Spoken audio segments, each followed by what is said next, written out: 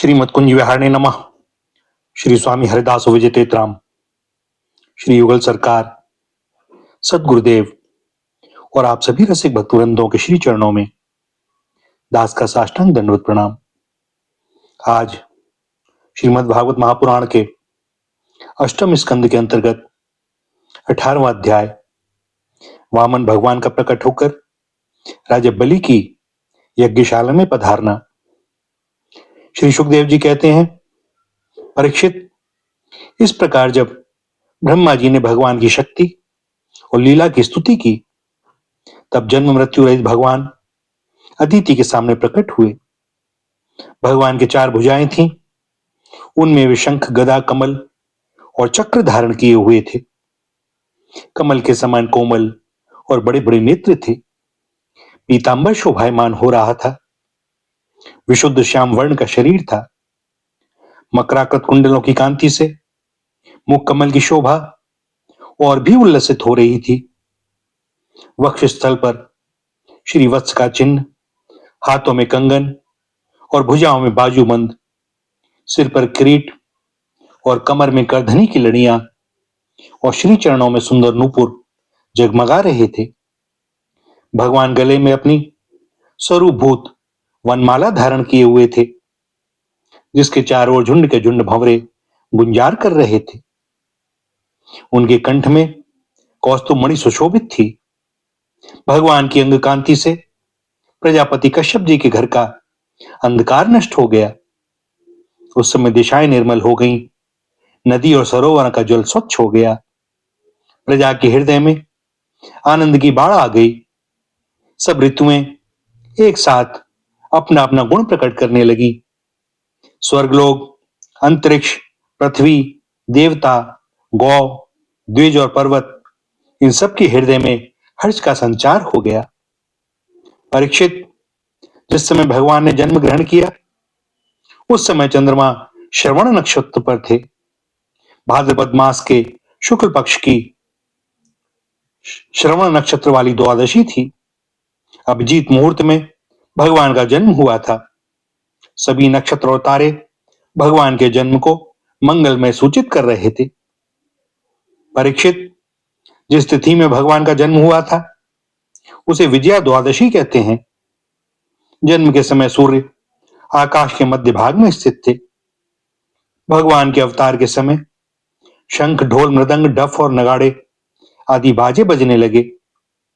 इन तरह तरह के बाजों और तुरहियों की तुमुल ध्वनि होने लगी। अप्सराएं प्रसन्न होकर नृत्य करने लगी। श्रेष्ठ गंधर्व गाने लगे। मुनि, देवता, मनु, पितर और अग्नि स्तुति करने लगे।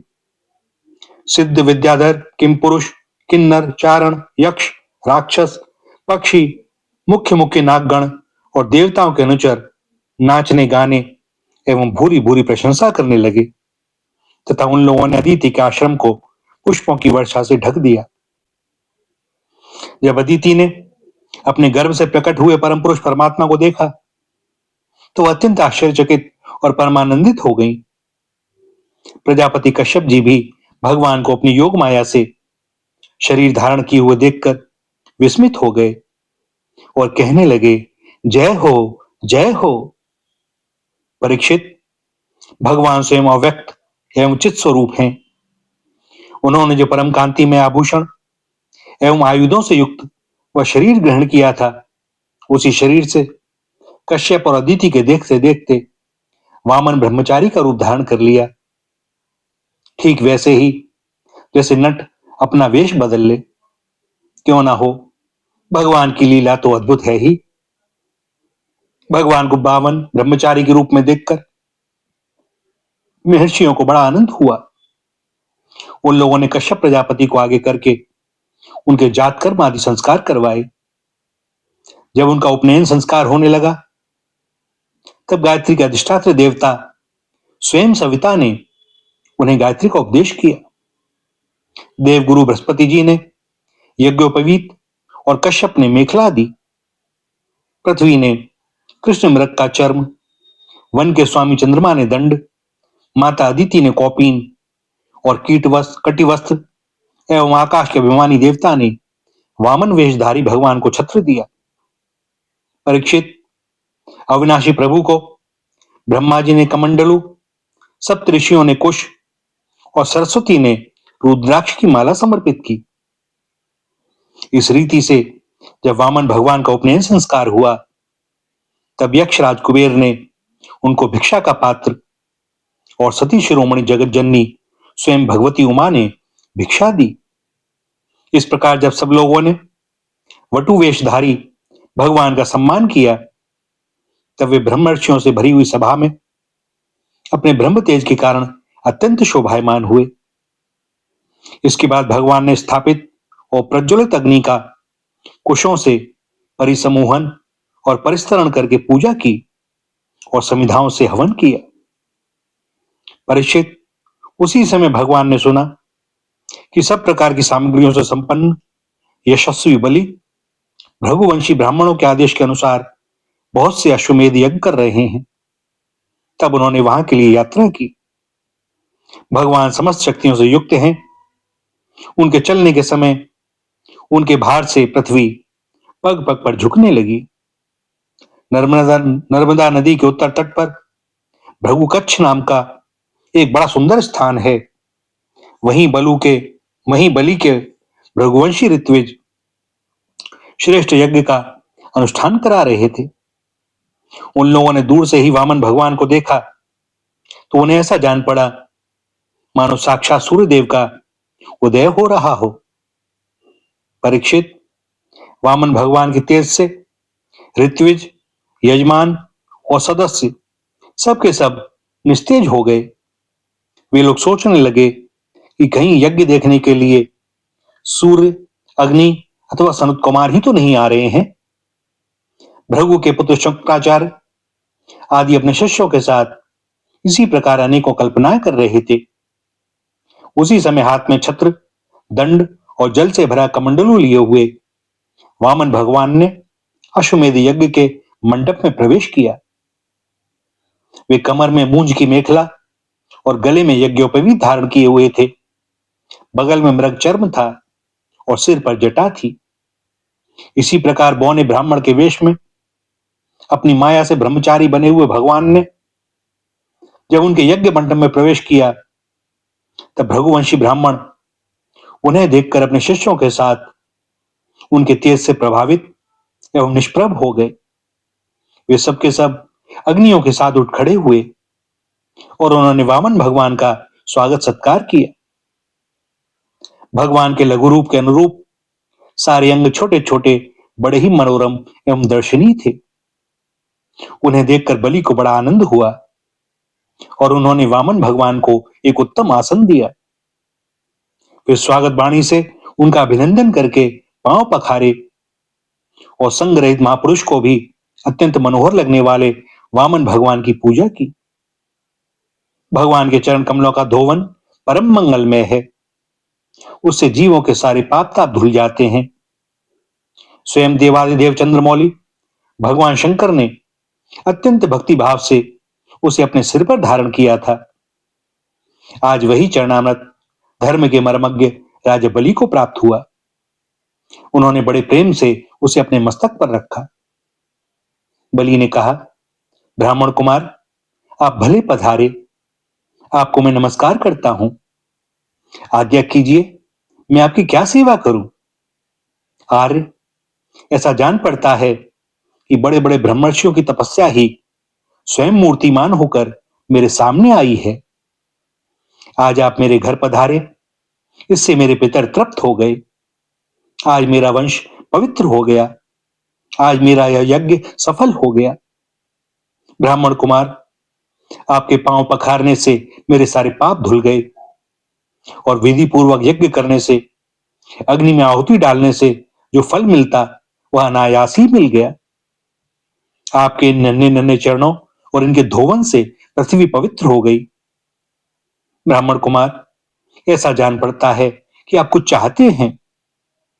परम पूज्य ब्रह्मचारी जी, आप जो चाहते हो, गाय, सोना, सामग्रियों से सुसज्जित घर, पवित्र अन्न, पीने की वस्तु, विवाह के लिए ब्राह्मण की कन्या, संपत्तियों से भरे हुए गांव, घोड़े, हाथी, रथ, वह सब आप मुझसे मांग लीजिए। अवश्य वह सब मुझसे मांग लीजिए। भैया यहाँ 18वां अध्याय समाप्त होता है और 19वां आरंभ। भगवान वामन का बलि से 3 पग पृथ्वी मांगना, बलि का वचन देना और शुक्राचार्य जी का उन्हें रोकना। श्री सुखदेव जी कहते हैं, राजा बलि के ये वचन धर्म भाव से भरे और बड़े मधुर थे। उन्हें सुनकर भगवान वामन ने बड़ी प्रसन्नता से उनका अभिनंदन किया और कहा, श्री भगवान ने कहा, राजन, आपने जो कुछ कहा वह आपकी कुल परंपरा के अनुरूप धर्म भाव से परिपूर्ण, यश को बढ़ाने वाला और अत्यंत मधुर है। क्यों ना हो, परलोक हितकारी धर्म के संबंध में आप भृगुपुत्र शुक्राचार्य को परम प्रमाण जो मानते हैं, साथ ही अपने कुल वृद्ध पितामह परम शांत प्रहलाद जी की आज्ञा भी तो आप वैसे ही मानते हैं। आपकी वंश परंपरा में कोई धैर्यहीन अथवा कृपण पुरुष कभी हुआ ही नहीं। ऐसा भी कोई नहीं हुआ जिसने ब्राह्मण को कभी दान ना दिया हो, अथवा जो एक बार किसी को कुछ देने की प्रतिज्ञा करके बाद में मुकर गया हो। दान के अवसर पर याचकों की याचना सुनकर और युद्ध के अवसर पर शत्रु के ललकारने पर उनकी ओर से मुंह मोड़ लेने वाला कायर आपके वंश में कोई भी नहीं हुआ। क्यों ना हो, आपकी कुल परंपरा में प्रहलाद अपने निर्मल यश से वैसे ही शोभायमान होते हैं जैसे आकाश में चंद्रमा। आपके कुल में ही हिरण्याक्ष जैसे वीर का जन्म हुआ था। वह वीर जब हाथ में गदा लेकर अकेला ही दिग्विजय के लिए निकला, तब सारी पृथ्वी में घूमने पर भी उसे अपनी जोड़ का कोई वीर न मिला। जब विष्णु भगवान जल में से पृथ्वी का उद्धार कर रहे थे, तब वह उनके सामने आया और बड़ी कठिनाई से उन्होंने उस पर विजय प्राप्त की। परंतु उसके बहुत बाद भी उन्हें बार बार हिरण्याक्ष की शक्ति और बल का स्मरण हो आया करता था और उसे जीत लेने पर भी वे अपने को विजयी नहीं समझते थे। जब हिरण्याक्ष के भाई हिरण्यकश्यपु को उसके वध का वृत्तांत मालूम हुआ, तब वह अपने भाई का वध करने वाले को मार डालने के लिए क्रोध करके भगवान के निवास स्थान बैकुंठ धाम में पहुंचा। विष्णु भगवान माया रचने वालों में सबसे बड़े हैं और समय को खूब पहचानते हैं। जब उन्होंने देखा कि हिरण्यकश्यपु तो हाथ में शूल लेकर काल की भांति मेरे ही ऊपर धावा कर रहा है, तब उन्होंने विचार किया, जैसे संसार के प्राणियों के पीछे मृत्यु लगी रहती है, वैसे ही मैं जहां जहां जाऊंगा वहीं वहीं यह मेरा पीछा करेगा। इसलिए मैं इसके हृदय में प्रवेश कर जाऊं जिससे यह मुझे देख ना सके, क्योंकि यह तो बहिर्मुख है, बाहर की वस्तुएं ही देखता है। असुर शिरोमणे, जिस समय हिरण्यकश्यपु उन पर झपट रहा था, उसी समय ऐसा निश्चय करके भय से कांपते हुए विष्णु भगवान ने अपने शरीर को सूक्ष्म बना लिया और उसके प्राणों के द्वारा नासिका में से होकर हृदय में जा बैठे। हिरण्यकश्यपु ने उनके लोक को भली भांति छान डाला, परंतु उनका कहीं पता न चला। इस पर क्रोधित होकर वह सिंहनाद करने लगा। उस वीर ने पृथ्वी, स्वर्ग, दिशा, आकाश, पाताल और समुद्र सब कहीं विष्णु भगवान को ढूंढा, परंतु वे कहीं भी उसे दिखाई न दिए। उनको कहीं न देखकर वह कहने लगा, मैंने सारा जगत छान डाला, परंतु वह मिला नहीं। अवश्य ही वह भ्रातृ घाती उस लोक में चला गया जहां जाकर फिर लौटना नहीं होता। बस अब उससे वैर भाव रखने की आवश्यकता नहीं, क्योंकि वैर तो देह के साथ ही समाप्त हो जाता है। क्रोध का कारण अज्ञान है और अहंकार से उसकी वृद्धि होती है। राजन, आपके पिता प्रहलाद नंदन विरोचन बड़े ही ब्राह्मण भक्त थे। यहां तक कि उनके शत्रु देवताओं ने ब्राह्मणों का वेश बनाकर उनसे उनकी आयु का दान मांगा और उन्होंने ब्राह्मणों के छल को जानते हुए भी अपनी आयु दे डाली। आप भी उसी धर्म का आचरण करते हैं जिसका शुक्राचार्य आदि ग्रस्त ब्राह्मण, आपके पूर्वज प्रहलाद और दूसरे यशस्वी वीरों ने पालन किया है। दैत्येंद्र, आप मुंह मांगी वस्तु देने वालों में श्रेष्ठ हैं। इसी से मैं आपसे थोड़ी सी पृथ्वी, केवल अपने पैरों से 3 पग मांगता हूं। माना कि आप सारे जगत के स्वामी और बड़े उदार हैं, फिर भी मैं आपसे इससे अधिक नहीं चाहता।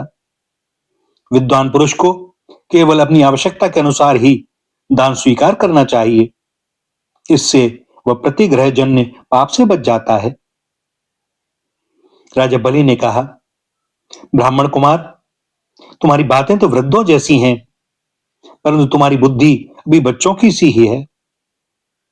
अभी तुम भी हो तो बालक ही ना, इसी से अपना हानि लाभ नहीं समझ रहे हो।